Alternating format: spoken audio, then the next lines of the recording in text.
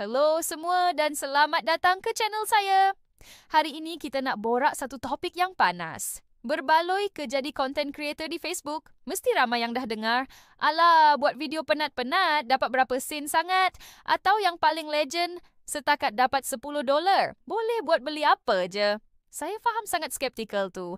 Dulu pun saya fikir macam tu. Nampak kawan-kawan post video, dapat sikit-sikit, rasa macam buang masa. Tapi, pernah tak kita berhenti sejenak dan buat kira-kira yang betul-betul logik? Bukan angan-angan Mak Jenin, tapi kiraan berasaskan data sebenar.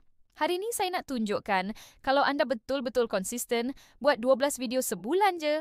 Angka yang anda nampak nanti bukan lagi setakat duit kopi, tapi boleh jadi sumber pendapatan tetap yang lebih lumayan daripada makan gaji. Terkejut? Jom kita pecahkan satu persatu.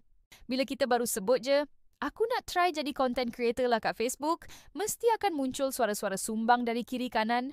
Makcik bawang, pakcik semua tahu, kawan-kawan yang kononnya prihatin, mesti ada yang akan cakap, jangan buang masa lah, kerja office tu lagi terjamin.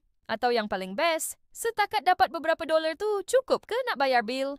Ayat-ayat macam ni memang pembunuh semangat nombor 1. Mereka nampak yang atas-atas je. Nampak video orang dapat 100 views, 200 views. Lepas tu terus buat kesimpulan, tak ke mana pun semua ni. Tapi mereka tak nampak gambaran besarnya. Mereka tak nampak proses di sebalik tabir dan potensi sebenar bila kita buat dengan strategi yang betul. Ini bukan pasal nasib semata-mata, ini pasal matematik dan konsistensi. Ramai tak percaya